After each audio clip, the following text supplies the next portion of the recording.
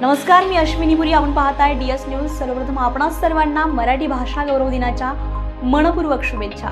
राज्यातील राजकारणामध्ये पुन्हा एकदा चर्चा रंगली आहे. दिवंगत अजितदादा पवार यांच्या विमान अपघातानंतर घातपाताचा संशय व्यक्त करत आमदार रोहित पवार आक्रमक झाले.